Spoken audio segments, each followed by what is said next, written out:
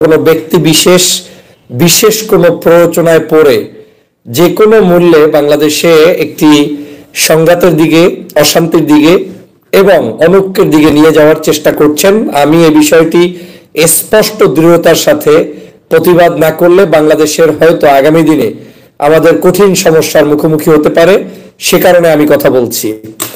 আমি গত বেশ কয়েকদিন পর্যন্ত কয়েকজন ব্যক্তির বক্তব্য শুনতেছিলাম। বক্তব্যগুলো শুনলে বোঝা যায় যে কারো প্রেসক্রিপশন নিয়ে, একেবারে স্পষ্ট কারো না কারো প্রেসক্রিপশন নিয়ে বিশেষ কারণে অথবা তাদের কোনো দুর্বলতা যেটা তাদের কাছে সীমাবদ্ধতা আছে, এই জাতীয় কারণে একেবারে মাঠে পড়ে শুধু শুধু ঝগড়া বিবাদ চলছে বাংলাদেশের বৃহত্তর দুটি রাজনৈতিক দলের মধ্যে, বাংলাদেশ জাতীয়তাবাদী দল এবং জামাতে ইসলামকে নিয়ে। বিশেষ করে আজকের, আমি যেহেতু বাংলাদেশ জাতীয়তাবাদী দলের একজন কর্মী এবং একজন বিএনপির ঝালকাঠি 1 আসনের 2018 সালের মনোনয়ন কিনেছি, এই দলকে ভালোবাসি, 16 বছর কথা বলেছি, সেই কারণে আজকে আমাকে কথা বলতে হচ্ছে দলের স্বার্থে, দেশের স্বার্থে কয়েকটি গুরুত্বপূর্ণ বিষয়ে। আপনারা জানেন আমি বাংলাদেশের যে জিনিসটি সবচাইতে এখন ঘৃণিত, সবচাইতে এখন নিকৃষ্ট শব্দচয়ন, সেটা হচ্ছে রাজাকার, আলবদর, আল শামস। এই শব্দগুলো যারা উচ্চারণ করে তাদেরকে এই অঞ্চলের মানুষ, এই দেশের মানুষ কেউ পছন্দ করে না এক বাক্যে। কারণ শেখ হাসিনা এই শব্দগুলো গত 16 বছর পর্যন্ত উচ্চারণ করতে করতে, রাজাকার ট্যাগ লাগাতে লাগাতে, যাকে তাকে যেখানে দেখেছে সেখানে যে কোনো মূল্যে, একটা লোক নামাজ পড়ে রাজাকার, শিবির করে রাজাকার, আপনার ওই ভালো কাজ করে সেও রাজাকার, বিএনপি করে দাঁড়িয়ে আছে রাজাকার, হিন্দু দাঁড়িয়ে আছে রাজাকার, বিপ্রজিৎকেও হত্যা করেছে জামাত শিবির বলে। এই যে বিশেষ ধরনের একটি ট্যাগ লাগাতে লাগাতে এই শব্দগুলোকে এমন ভাবে বাংলাদেশের মানুষের কাছে পরিচিত করে দিয়েছে এবং ঘৃণা বানিয়ে দিয়েছে যে এই শব্দগুলো শুনলে বরং মানুষ মনে করে যে যে এটা বলছে তিনি হচ্ছেন প্রকৃত দুষ্ট, প্রকৃত অপরাধী, প্রকৃত খারাপ লোক, কিন্তু যাকে উদ্দেশ্য করে বলছে তিনি খারাপ হতে পারে না। আজকে আমি কোনো দল, আমার দলের ভালো জিনিস আমি প্রচার করব, জামাত ইসলামের তার ভালো জিনিস দিয়ে আমাকে টক্কর দিতে পারলে দিবে, দুই দল যার প্রচারণা সে করবে, সেটা মানুষ সহ্য করবে। কিন্তু শেখ হাসিনার কাছ থেকে ধার করা কোনো শব্দচয়ন বাংলার জনগণ কোনোদিন পছন্দ করবে না। আপনি কি বিশ্বাস করেন সালাউদ্দিন কাদের চৌধুরী অপরাধী ছিল? সালাউদ্দিন কাদের চৌধুরীকে ফাঁসির কাস্টে ঝুলিয়েছে আমার দলের নেতা, বিএনপির নেতা। আজকে যখন আপনি বলছেন যে শেখ হাসিনা এই বিচার কার্যক্রম শুরু করে গিয়েছে, আগামী দিনে এই বিচার কার্যক্রম চলমান রাখতে হবে, কে বলছে? বিএনপি নেতা হারুন সাহেব। আপনি হারুন সাহেব 2018 সালের 6 জন এমপি যারা নির্বাচিত হয়েছিল তাদেরকে শপথ নেওয়ানোর জন্য নিষেধ ছিল এক প্রকার বিএনপির পক্ষ থেকে, আপনাদের চাপে পড়ে তারপরে বাধ্য হয়ে আপনারা শপথ নিয়েছিলেন। তার মধ্যে একজন, আপনি তো তারেক রহমানের কথা ঠিক মতো শুনতেন, তাহলে আপনি তো শপথ নিতেন না। সেই সময়ের পদের জন্য, এমপিত্বর জন্য শপথ নিয়েছেন, দল বাধ্য হয়ে আপনাদেরকে সেখানে শপথ দিয়েছে, কিন্তু দলের মহাসচিব পর্যন্ত সেখানে কিন্তু শপথ নেয় নাই। আপনার সেদিনের ইতিহাস ভুলে গিয়েছেন। নমিনেশন কিংবা বিএনপিকে রাজি খুশি রাখার জন্য কিংবা কারো খপ্পরে পড়ে বিশেষ উদ্দেশ্য বাস্তবায়নের জন্য আপনি কোন সাহসে বলেন যে বাংলাদেশে আবার শেখ হাসিনা যে বিচার কার্যক্রম শুরু করেছে এই বিচার কার্যক্রম চলমান রাখবেন? আপনি তাহলে কার কার বিচার করতে চান? আমি জানতে চাই আপনি কার বিচার করতে চান বাংলাদেশে? আপনি কি বিশ্বাস করেন দেলোয়ার হোসেন সাঈদীকে হত্যা করা হয়েছে এটা একমাত্র তার অপরাধের কারণে হত্যা করা হয়েছে? আপনি কি বিশ্বাস করেন সালাউদ্দিন কাদের চৌধুরীকে হত্যা করা হয়েছে এটা কি তাদের অপরাধের কারণে করা হয়েছে? আপনি কি বিশ্বাস করেন সাঈদী, কাদের মোল্লা, নিজামী কিংবা আলী হাসান মুজাহিদ কিংবা ওই 2013 সালের শাহবাগ তৈরি করে যাদেরকে ফাঁসির কাস্টে ঝুলিয়েছে তাদেরকে ফাঁসির কাস্টে ঝুলিয়েছে শুধুমাত্র তারা অপরাধী ছিল তাই বলে? না। তাহলে আপনি কেন বলছেন তারা অপরাধী ছিলেন না? তারা পার্শ্ববর্তী দেশের বিশেষ প্রেসক্রিপশন বাস্তবায়নের জন্য, অন্যায়ভাবে আমার দেশের স্বাধীনতা সার্বভৌমত্ব ধ্বংসের জন্য, জাতীয়তাবাদ ইসলামী মূল্যবোধের শক্তিকে ধ্বংস করার জন্য এবং আজকে যে অনৈক্য, এই অনৈক্য তৈরির জন্যই শাহবাগ তৈরি করেছিল। সেদিন আপনি সেই শাহবাগকে আপনি কোনো অবস্থায় সমর্থন করতে পারেন না। আপনি বলছেন কি আপনার বক্তব্য 3 বার শুনেছি, গায়ের ভিতরে জ্বলতে ছিল, বাধ্য হয়েছে। আমি জানি না আমার কি হবে, ভবিষ্যৎ রাজনীতি নিয়ে চিন্তা করি না, কিন্তু 16 বছর পর্যন্ত যেই কাজের প্রতিবাদ করেছি তার বিরুদ্ধাচরণ আমি আমার মুখ থেকে করতে পারবো না, সম্ভব নয়। 16 বছর আমরা বলেছি। 13 সালের এটা ছিল একটি সাজানো নাটক। 13 সালের শাহবাগ তৈরি করা ছিল বাংলাদেশের মুসলমানদের আধিপত্যকে বিস্তার থেকে দূরে রাখার জন্য, দেশের ধর্মপ্রাণ মানুষদেরকে অনৈক্য তৈরি করে বাংলাদেশকে ভারতের একটি করদ্রাজ্য বানানোর জন্য ছিল 13 সাল। সেই 13 শাহবাগীদের কথা আপনি বলতে পারেন না। কোন ভাষায় বলেন? কি কারণে বলেন? কি কারণে বলেন?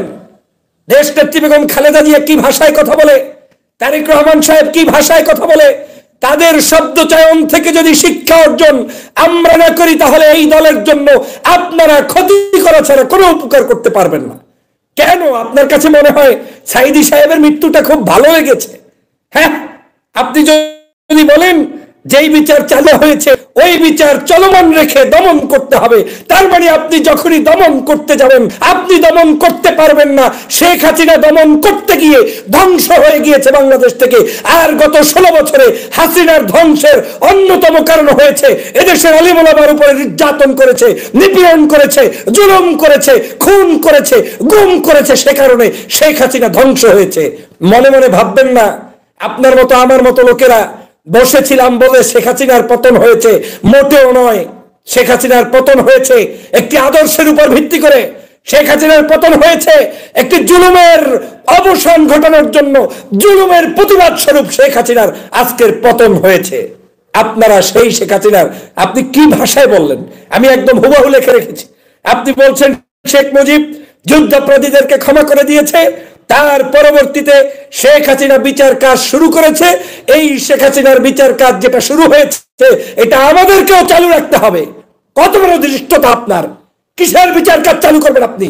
আমি বিএনপির নেতৃস্থানীয় মানুষদেরকে উদাত্ত আহ্বান জানাতে চাই, এই ধরনের কর্মকাণ্ড চললে দলটাকে ধ্বংস করতে সময় লাগবে না। ধান্দাবাজির জায়গা পান না। খেটে খাওয়া মানুষের একটি দল। শহীদ রাষ্ট্রপতি জিয়া রহমান 1975 সালে বাংলাদেশে যখন শেখ মুজিবের পতন হয়, তখন এই দেশে আওয়ামী বিরোধী শক্তি, ভারতীয় আধিপত্য ভারতের বিরুদ্ধের শক্তি ঐক্যবদ্ধভাবে জিয়া রহমানকে আপন করে নিয়েছিল। আর তিনি বহুদলীয় গণতন্ত্র প্রতিষ্ঠা করে বাংলার মানুষের হৃদয়ে স্থান অর্জন করেছিলেন। সেই দলটাকে আপনারা কারা এটাকে ধ্বংস করতে নেমেছেন বলেন? আপনি মনে করছেন আপনি বলবেন আর দেশের মানুষ গিলে গিলে খাবে? যদি খাইতো, শেখ হাসিনা আপনার চাইতে পণ্ডিত কম না, শেখ হাসিনা আপনার চাইতে টাকাওয়ালা কম না, শেখ হাসিনা আপনার চাইতে বিজ্ঞানী কম না, শেখ হাসিনা আপনার চাইতে দার্শনিক কম না।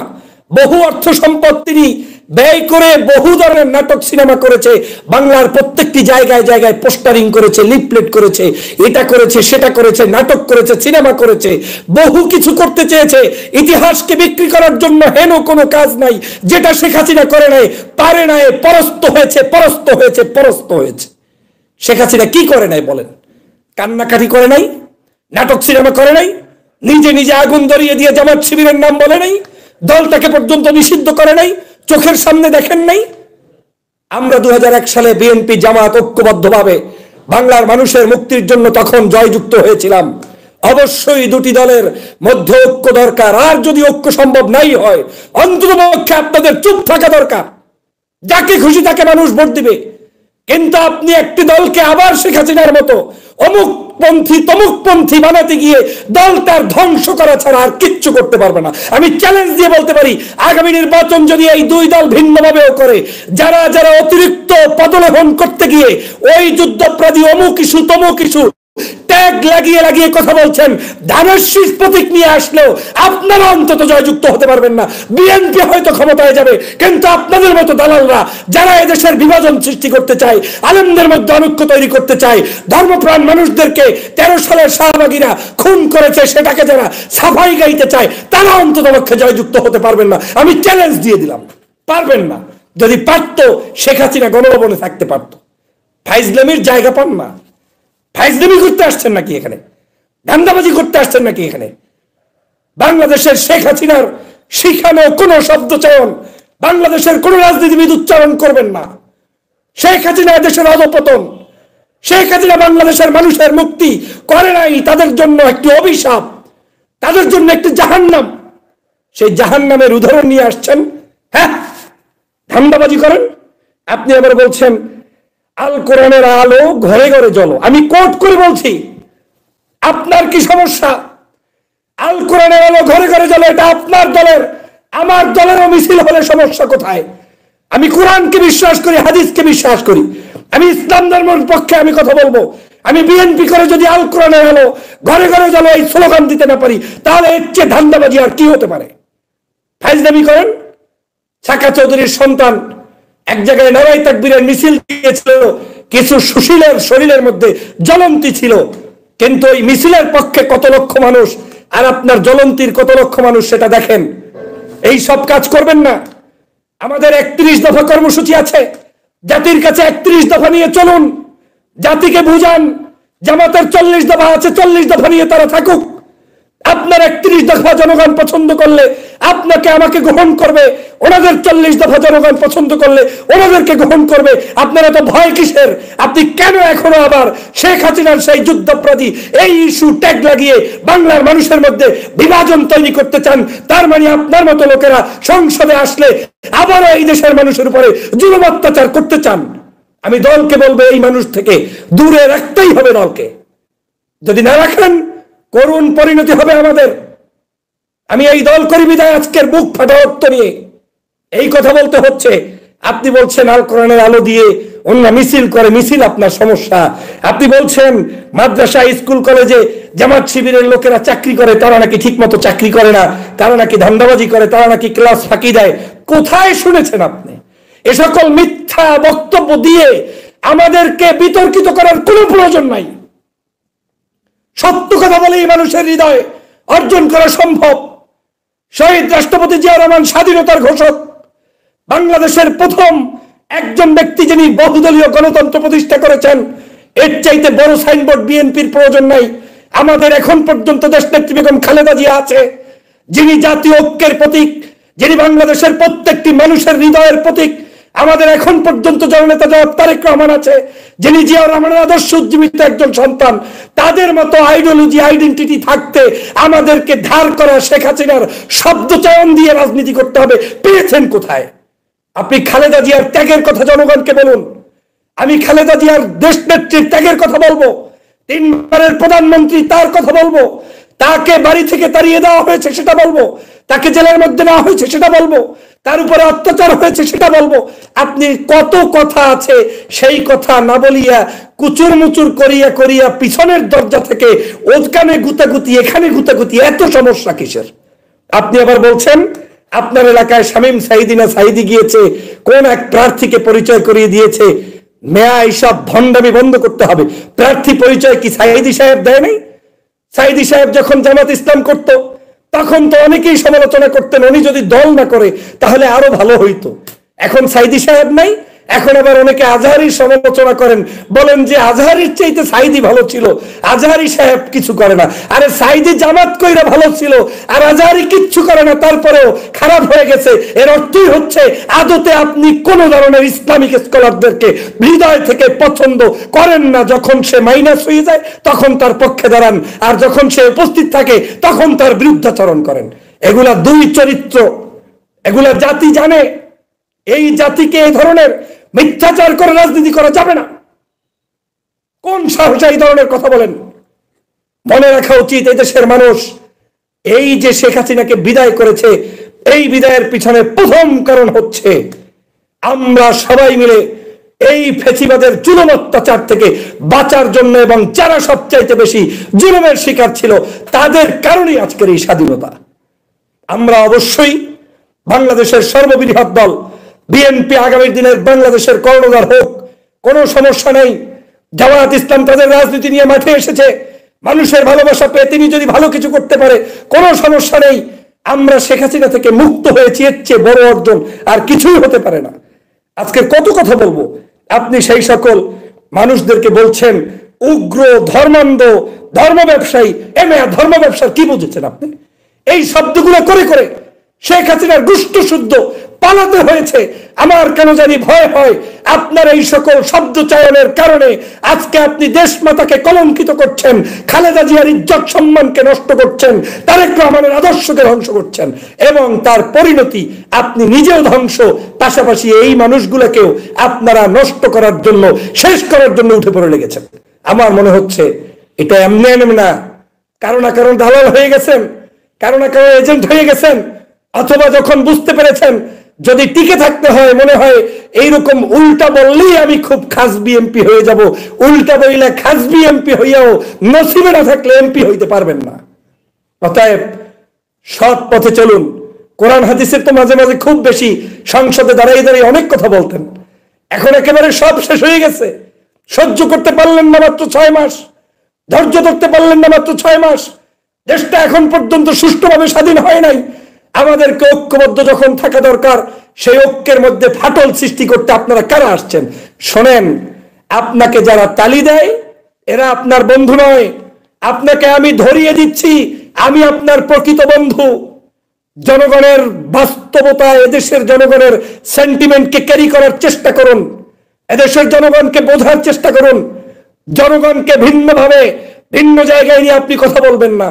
এই যে আরেকজন ফজলুর রহমান সাহেব, সম্মানিত সিনিয়র ব্যক্তিত্ব, সাবেক আওয়ামী লীগ ওবায়দুল কাদেরের সময়ের সিনিয়র নেতা, ওনার নাকি তার বন্ধু বা উনি তারও সিনিয়র, এই ভদ্রলোকও জামাতকে নিয়ে কথা বলেছেন। আমার জামাত নিয়ে ইস্যু নাই, জামাত একটা ভোট না পাইলেও আমার দুঃখ নাই, 1 লাখ ভোট পাইলেও আমার কোনো সুখ দুঃখ নাই। আমার দুঃখ ওই জায়গায় আপনারা যে সকল ট্যাগিং এর রাজনীতি শুরু করেছেন, এই ট্যাগিং এর রাজনীতি দিয়ে দেশের জনগণ বিন্দুমাত্র পরোয়া করে না। যদি তাই করতো তাহলে ঢাকা বিশ্ববিদ্যালয়ের রোকেয়া হল থেকে ছাত্রীরা আমি কে তুমি কে রাজাকার রাজাকার স্লোগান নিয়ে রাজপথে ঝাঁপিয়ে পড়তো না। এটাই হচ্ছে শেখ হাসিনার ট্যাগিং এর রাজনীতির সবচাইতে করুণ মৃত্যু, যেটা আপনাদের জন্য, আপনার জন্য অপেক্ষা করছে। আপনি বলছেন 10% পাবে না, মেয়া 16 বছর ভোট হয়েছে, কে কত পার্সেন্ট পাবে পাবে না ব্যালট পেপার আসবে, জনগণ ডিসাইড করবে। আপনি বলে দিলেন অমুকে পাবে না অমুকে পাবে না। কষ্ট পেয়েছি আপনার কথায় ফজলুর রহমান সাহেব, আপনি সমন্বয়কদেরকে চেগাইয়া চেগাইয়া বক্তব্য দিয়ে বললেন তোমরা বাংলাদেশের মুখ উজ্জ্বল করতে তারা কি করেছে, মানে তাদের এখন শিক্ষা দীক্ষা পড়াশোনা নাকি নাই। লজ্জা করা উচিত আমাদের।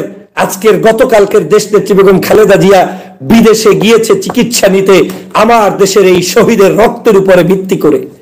2000 শহীদের রক্তের কারণে আজ তারেক রহমান সাহেব খালেদা জিয়ার একত্রে সাক্ষাৎ হয়েছে। 50,000 ছাত্রদের অঙ্গহানির কারণে আজ আমরা একত্রে কথা বলতে পেরেছি, আমি ঢাকায় অবস্থান করতে পেরেছি। শুকরিয়া আদায় করে তাহাজ্জুদ পড়া উচিত, সেজদায় লুটিয়ে থাকা উচিত। কি অর্জনটাই ছাত্ররা করেছে, আপনি ছাত্রদেরকে চেগাইয়া চেগাইয়া 1971 সালের উদাহরণ দিতে গিয়া আপনি তাদেরকে বলছেন তোমরা নাকি সমন্বয়ক নাকি সমর নায়ক। এতই যদি চলে তাহলে গত 16 বছর আপনি কি করতে পেরেছি? আমরা অনেক আন্দোলন করেছি, কোনো সন্দেহ নাই। আমরা রক্ত ঝরিয়েছি, কোনো সন্দেহ নাই। বিএনপি রক্ত ঝরিয়েছে, বহু মানুষ পড়েছে। জামাতের রক্ত ঝরেছে, বহু মানুষ পড়েছে। 13 সাল থেকে জামাত বিএনপি প্রত্যেকেই রাজপথে আন্দোলন করেছে, কোনো সন্দেহ নেই। কিন্তু আমরা বিজয়টাকে ছিনিয়ে আনতে পারি নাই। ছিনিয়ে এনেছে আমার দেশের এই মুহূর্তের এই যে তরুণ টকবগে, যাদেরকে আপনি বলছেন ক্লাসরুমে ফিরে যাও, তুমি আবার রাজনীতির কি বোঝো? ওই রাজনীতি না বোঝা 14-15 বছরের সন্তানটি আপনার আমার চোখের সামনে বিজয় অর্জন করে দিল, সেটাকে 6 মাস সময় লাগে নাই। ভুলে গেলেন কি করে আমি বুঝতে চাই। কি ভাষায় আপনাকে জবাব দিব? এই ভাষাগুলো যারা ব্যবহার করছেন, মনে রাখবেন এই দেশে মার্কায় ভোট দেবে ঠিকই আছে, কিন্তু মার্কার বাহিরেও কিছু কিছু মানুষকে মানুষ এমন ভাবে চিনবে, ওই মানুষগুলাকে মার্কা যত বড় হোক, ও যদি কোরআন শরীফ মার্কা নিয়েও কেউ দাঁড়ায়, ও যদি দাড়িপাল্লা নিয়েও কেউ দাঁড়ায়, ও যদি শাইখে চরমনাই হইয়াও দাঁড়ায়, ও যদি হেফাজতে ইসলাম হইয়াও দাঁড়ায়, মানুষ অন্তত টাউট চিনতে ভুল করবে না। যে টাউট তাকে প্রত্যাখ্যান করবে, তার জ্বলন্ত উদাহরণ হচ্ছে এই যে 5ই আগস্টের শেখ হাসিনাকে বিদায় দিয়ে দিল। অতএব সাবধান হন।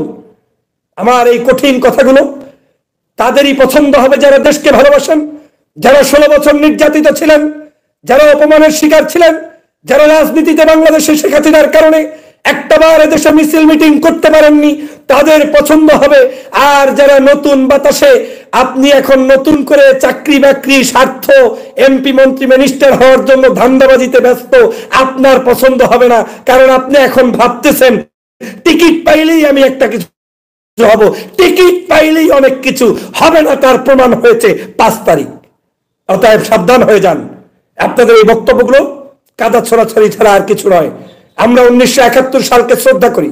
স্বাধীনতা যুদ্ধের আমাদের সর্বোচ্চ নেতৃত্ব দিয়েছে শহীদ রাষ্ট্রপতি জিয়াউর রহমান, ওই দল করি আমরা। খালেদা জিয়া এখন পর্যন্ত মুখ আঠা লাগিয়ে বসে আছে, কোন শব্দ চয়নে ভুল করে না। জামাতের বিরুদ্ধে বলে না, শিবিরের বিরুদ্ধে বলে না, চরমনার বিরুদ্ধে বলে না, আজহারির বিরুদ্ধে বলে না। আপনি আমি কোন ধৈঞ্চা? আমরা সকাল সন্ধ্যা তাদের পিছনে লেগে আছি। আর যে দলটার বাস ঢুকাইতেছেন পিছন থেকে, তা একটু বড় আপনার খেয়ালে হয় না। প্রিয় দেশবাসী, আমি স্পষ্ট করে বলতে চাই, আমরা এই দেশে আর কোনো ট্যাগিং এর রাজনীতি চাই না, রাজাকার আল বদর আল শামসের রাজনীতি চাই না।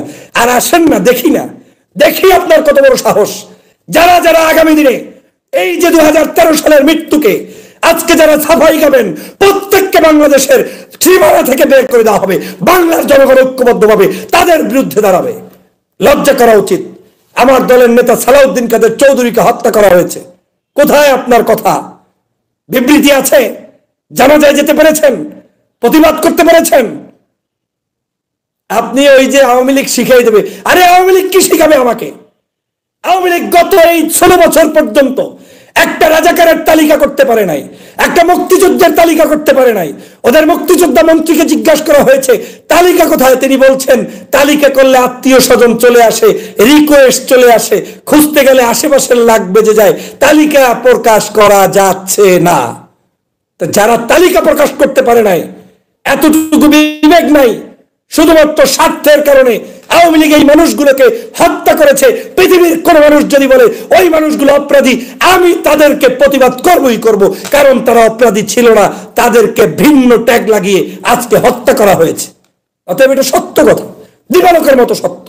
এর মধ্যে আবার মিথ্যে কথার কি আছে? তো ফাইজলামির একটা সীমানা থাকা দরকার। ওই রাজাকার টাজাকার লাগাইয়েন না।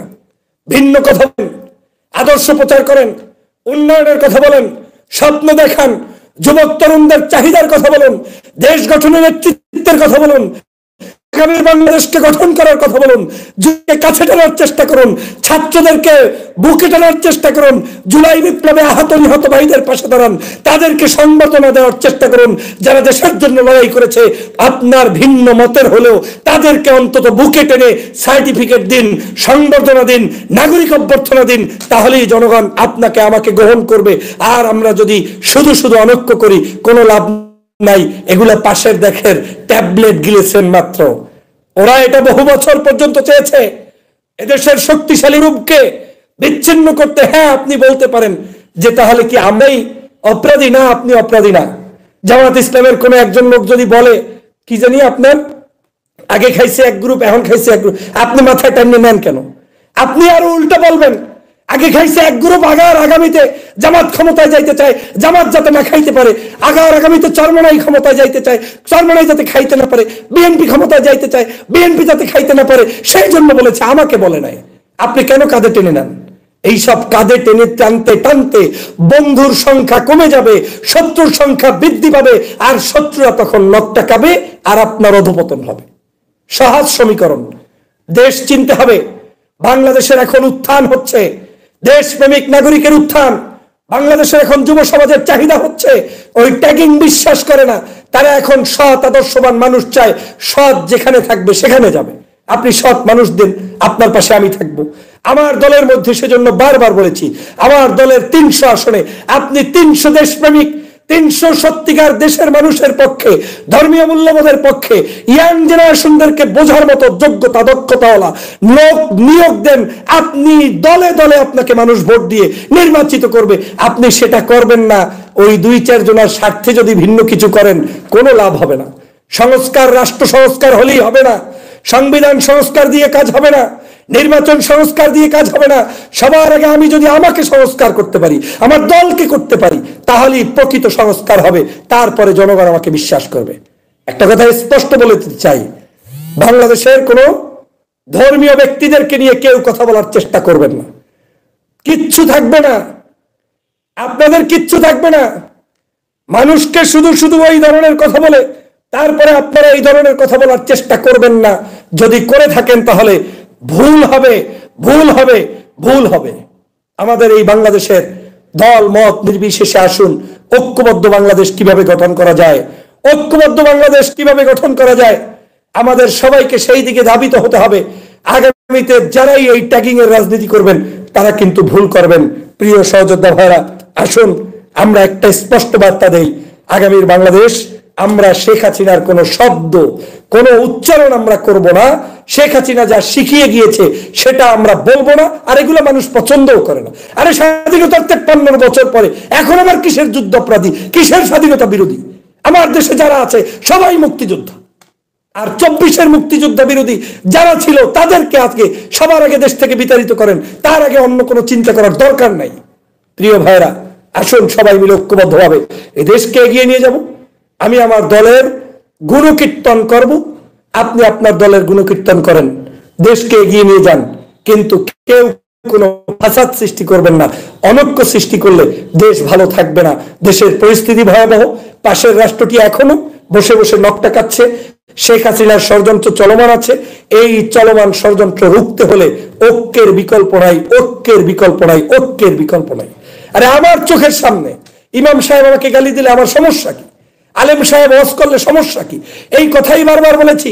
শেখ হাসিনার আমলে বাক স্বাধীনতা ছিল না, কথা বলার অধিকার ছিল না, আলেমের ইজ্জত ছিল না। আজও এই কথা বলতে হবে কেন? অতএব আমাদেরকে সাবধান হতে হবে, সবাই মিলে দেশ গঠন করতে হবে।